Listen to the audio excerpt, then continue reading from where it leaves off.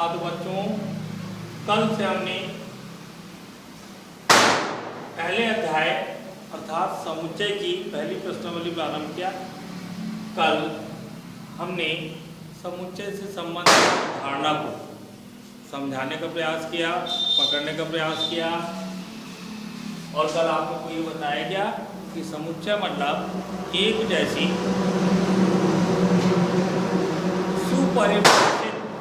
एक जैसी सुपरिभाषित वस्तुओं के संग्रह को हम समुच्चय कहते हैं। उसके बाद कल प्रारंभिक जानकारी दी गई कि समुच्चय का निरूपण कैसे होता है, उसके अवयव किसे कहते हैं। आज हम समुच्चय के निरूपण की बात करेंगे कि समुच्चय का निरूपण दो विधियों के द्वारा होता है। पहला समुच्चय निर्माण रूप। समुच्चय निर्माण रूप मतलब ये सवाल हम लोग को दिया गया है, जैसे समुच्चय ए x चूंकि x एक पूर्णांक है और 3 छोटा है x से और x छोटा है 7। इस रूप में लिखा गया है सवाल, अर्थात इसको हम समुच्चय निर्माण रूप के नाम से जानते हैं। और दूसरा रूप होता है रोस्टर रूप या सारणीबद्ध रूप। रोस्टर अंग्रेजी शब्द है, इसका शुद्ध हिंदी सारणीबद्ध रूप होता है। अर्थात आज हम इस समुच्चय निर्माण रूपों को सारणीबद्ध रूप या रोस्टर रूप में बदलना सीखेंगे और देखेंगे आप कि रोस्टर रूप या सारणीबद्ध रूप क्या होता है। ये हमारा उत्तर है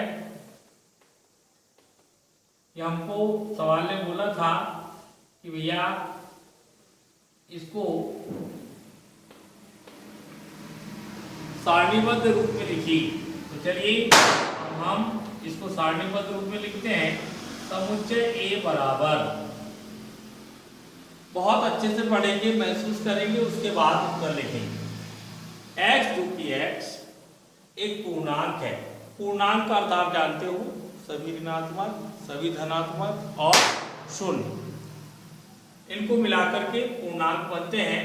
और हमको ऐसी पूर्णांक लिखना है, ये x ऐसा लिखना है कि x बड़ा है ऋण 3 से। ऋण 3 से बड़ा क्या? ऋण 2, ऋण 1, 0, 1, 2। x छोटा है 7 तक, अर्थात 7 से छोटी संख्या तक लिखना है, लिखते जाएंगे। 1, 2, 3, 4, 5 और 6।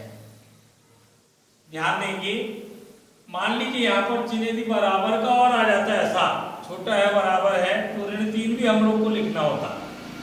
वैसे ही यहाँ पे यदि ऐसा बराबर का निशान दे देता तो हमको 7 भी लिखना होता, लेकिन अभी नहीं लिखेंगे क्योंकि हमको ये बोला गया है x ऐसी पूर्णांक है जो ऋण 3 से बड़ी है और 7 से छोटी है। तो देखिए, ऋण 3 से बड़ी, ऋण 2 से लेकर 7 से छोटी 6 तक हमने संख्याएं लिख दिया। इस रूप को हम सारणीबद्ध रूप या रोस्टर रूप कहते हैं। चलिए सवाल नंबर 2 पढ़ेंगे, सवाल को महसूस करेंगे, ऑटोमेटिक आप उत्तर लिख सकते हैं।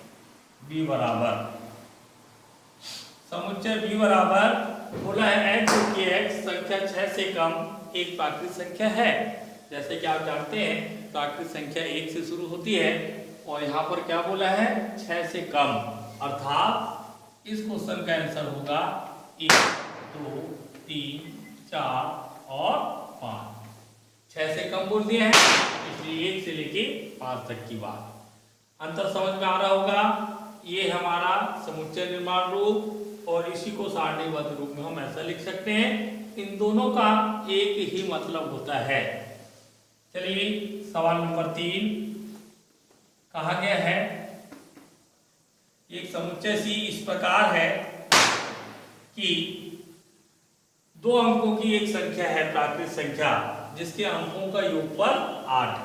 अब जैसे कि हम लोग जानते हैं 2 अंक की संख्या 10 से शुरू होकर 99 तक जाती है। 2 अंक की संख्या 10 से शुरू होकर 99 जाके खत्म होती है। अब यहाँ से यहाँ के बीच की हमको ऐसी संख्याएं खोजना है जिनके अंकों का योगफल 8। जैसे इन दोनों का योगफल 1 अर्थात हमारे उत्तर में नहीं है। आगे बढ़े तो सबसे पहला नंबर हमको मिलेगा 17। क्यों?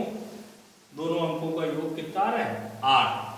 जब ये 17 मिल गया तो इसको पलटा के भी लिख सकते हैं, और नहीं पलटा रहे तो लाइन से चलिए 17 के बाद 20 वाली लाइन में जाएंगे तो 26, 8, 30 वाली लाइन में जाएंगे 35, 4 वाली लाइन में जाएंगे 44, 50 वाली लाइन में जाएंगे 53, 60 वाली लाइन में जाएंगे 62, 6 2 8, 70 वाली लाइन में जाएंगे